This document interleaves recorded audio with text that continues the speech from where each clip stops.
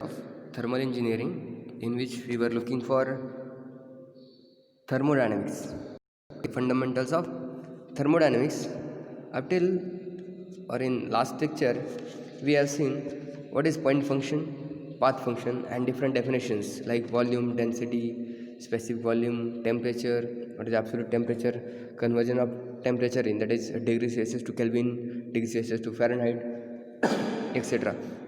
Then what is pressure, energy, power, work and energy.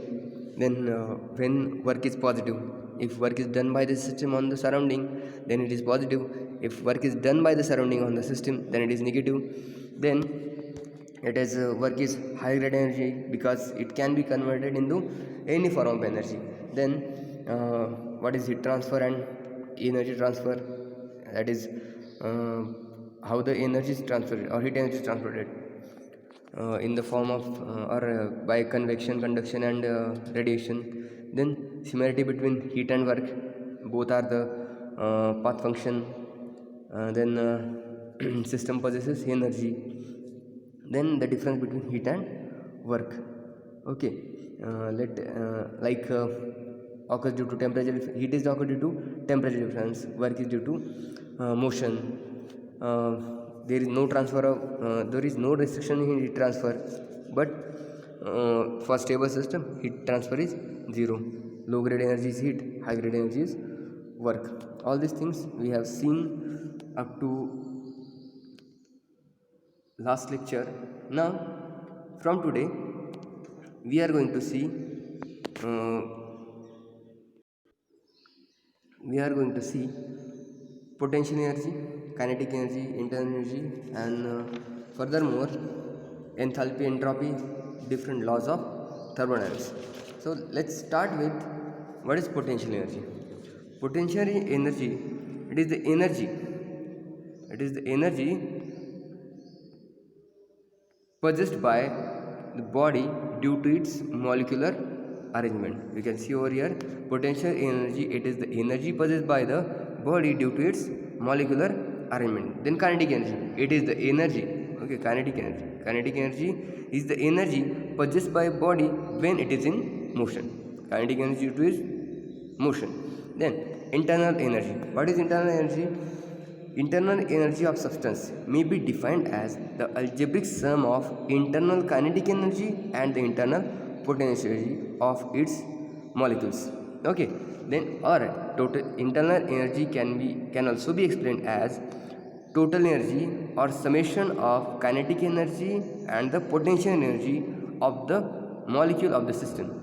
Then that, or it can be considered as a internal energy. There is formula for internal energy, that is, or it is denoted by U, and its unit is what? Okay, kilojoule energy. Okay, then let's see the energy is internal energy.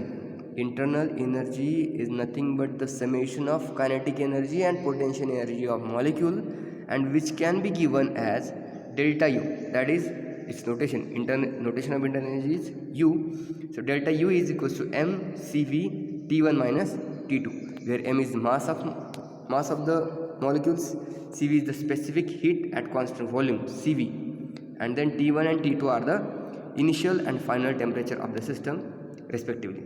Okay, total energy is what? It is energy of substance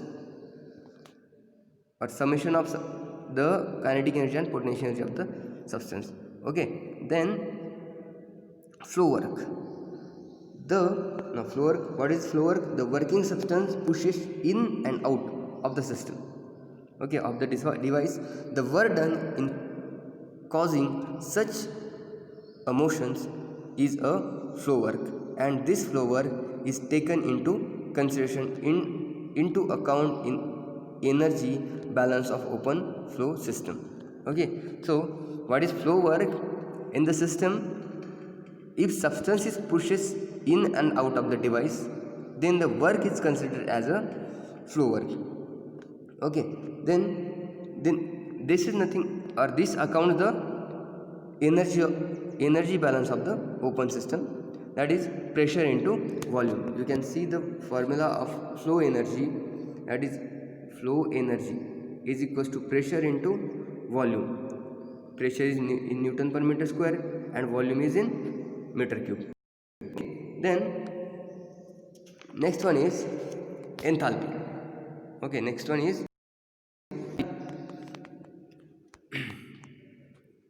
you can see over here enthalpy. It is total heat. You can see, can you see over here the total heat? Total heat. Enthalpy is a total heat content of the system and defined as energy which is algebraic sum of internal energy and flow work. We have just seen what is internal energy. Internal energy is sum of kinetic energy and potential energy, and what is that flow work? It is product of pressure and volume. Okay, internal energy is denoted by U and flow work is P into V. Now what is enthalpy? It is total heat content of the system and defined as energy which is algebraic sum of. Enthalpy is the algebraic sum of what? Internal energy and flow work. Okay, can you see this sum? Algebraic sum of internal energy and flow work, which is equals to, or H is equals to U plus PV. H is equals to, that is enthalpy. Notation of enthalpy is H is equals to U. U is internal energy and plus PV. PV is what? Flow work. So enthalpy is addition or summation of, or algebraic sum of internal energy and flow work. Okay, then you can see I have given notation over here. H is total enthalpy, U is internal energy, P is pressure and V is specific volume. Keep in mind V is specific volume. Then change in internal energy is equals to, change in internal energy is equals to delta U, that is M CV T2 minus T1. Change in internal energy, delta U is equals to M CV, that is specific heat at constant volume, into T2 minus T1. This is the change in internal energy. Okay, then change in enthalpy. Change in enthalpy. Here, change in enthalpy, that is H2 minus H1 or MCP. Change in enthalpy was MCP T2 minus T1. Okay, this is change in enthalpy. This M is mass, Cp is specific heat at constant pressure. In case of internal energy, it was Cv. In case of internal energy, we are considering specific heat at constant volume, and in case of enthalpy, we are considering specific heat, Cp, specific heat at constant pressure. Okay, then what is entropy? Now, what is entropy? Entropy, it means the transformation. Entropy is nothing but the transformation. The entropy of a substance is a real physical quantity and is defined as the function of state of a substance, which entropy is a thermodynamic property of a working substance which increase with the addition of heat and decrease with the removal of heat. Entropy is the thermodynamic property. Entropy is the thermodynamic property which increases as the heat addition, or as heat is added to the system, and decreases as the heat is removed from the system. Okay, what is entropy? Entropy is the thermodynamic property of the system which increases as heat is added to the system and decreases as heat is removed from the system, and it is denoted by S or phi. Okay, entropy is denoted by S or phi. Okay, then it is measure of unavailable energy per unit temperature. Entropy is also called as unavailable energy per unit temperature. It is extensive property, that means depend on mass and state function. For adiabatic process at equilibrium, and in cyclic process the value of change in entropy is 0. Keep in mind one thing, extensive property, state function, entropy is extensive property, depend on mass, state function, and for adiabatic process at equilibrium and in cyclic process the value of change in entropy is 0 for three processes, or three type of processes: adiabatic, and at equilibrium and in cyclic process entropy or change in entropy is 0. Okay, you can see over here three things: adiabatic process, equilibrium, and in cyclic process the value of the value of change in entropy is 0. Okay, then or its formula is delta S is equals to d theta by dt. Okay, then theta is change in heat, dq, sorry, not theta, is dq is dq, q is heat, is q is notation of heat, so change in entropy is equals to dq by dt. So look at the notation over here. T is temperature, absolute temperature, dq is change in heat, and ds is change in entropy. Okay, characteristic of entropy: it increases, we have already seen that it increases when heat is supplied irrespective of temperature change or not. Then in all adiabatic processes entropy remains constant. We have this much, or these two are the characteristic of the entropy, that is it increases when heat is supplied, and second one is for adiabatic process the change in entropy is constant. Now up to this chapter these were the things which are necessary for understanding thermodynamics. Now we are going to study the law of thermodynamics. Okay, now the first zeroth law of thermodynamics, in which zeroth law of thermodynamics. Look at the statements. I have drawn the figure over there, that is there are three bodies. Okay, there are three bodies: body A, here is body B,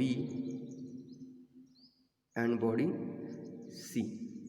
Okay, statements. In the statement, look at, if two bodies are separately in equilibrium with third body.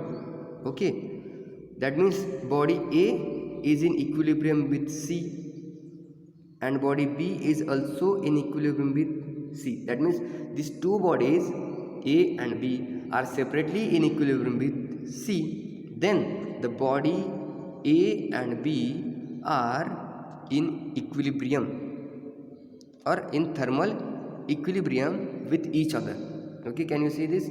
Let me tell you again that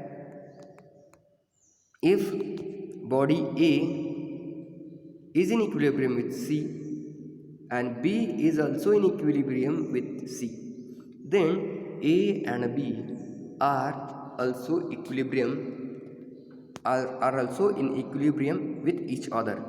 Okay, again let's look at the statement.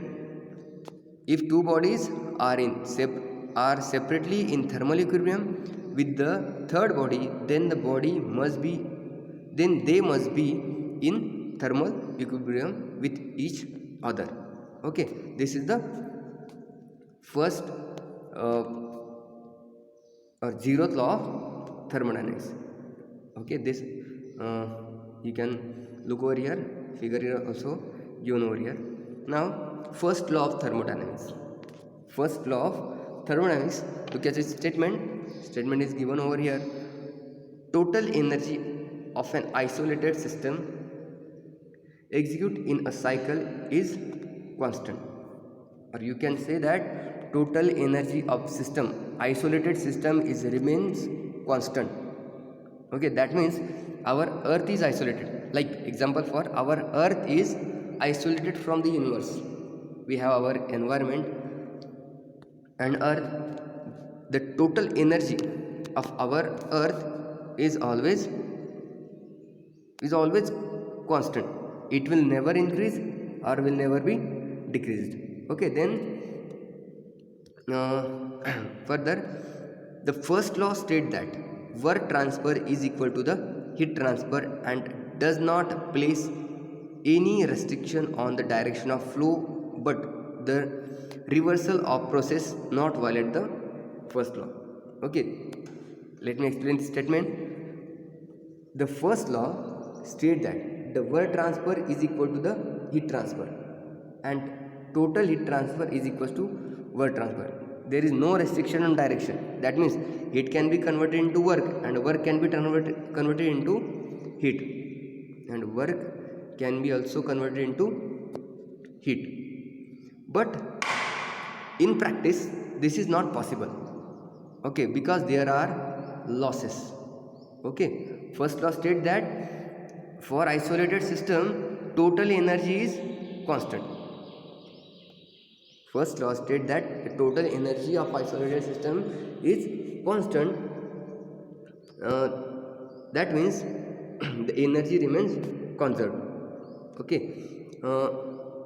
then the principle of conservation of energy leads to the first law of thermodynamics. Okay, that is, the energy can neither be created nor be destroyed. You can see over here, the energy can neither be created nor be destroyed, though it can be converted or transformed from one form to another. According to this law, when a system undergoes a change of state, both heat and work transfer takes place. The net energy transfer is stored within the system and is known as the stored energy or total energy of the system. That is, Q is equals to E plus W. Okay, delta E plus W. Okay, this is the first law.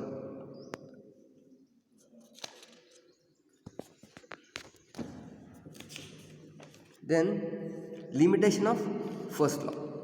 What are the limitation of first law? First law states that heat is converted into work and work is converted into heat. Okay, in first law their losses are not considered. Okay, that means total heat converted into total work and total work reversibly converted into heat. This is the limitation of, or from this the limitation of first law occurs. That is, in actual practice this total heat cannot be converted into total work or work cannot be converted into heat. That means okay, let's see, if a ball is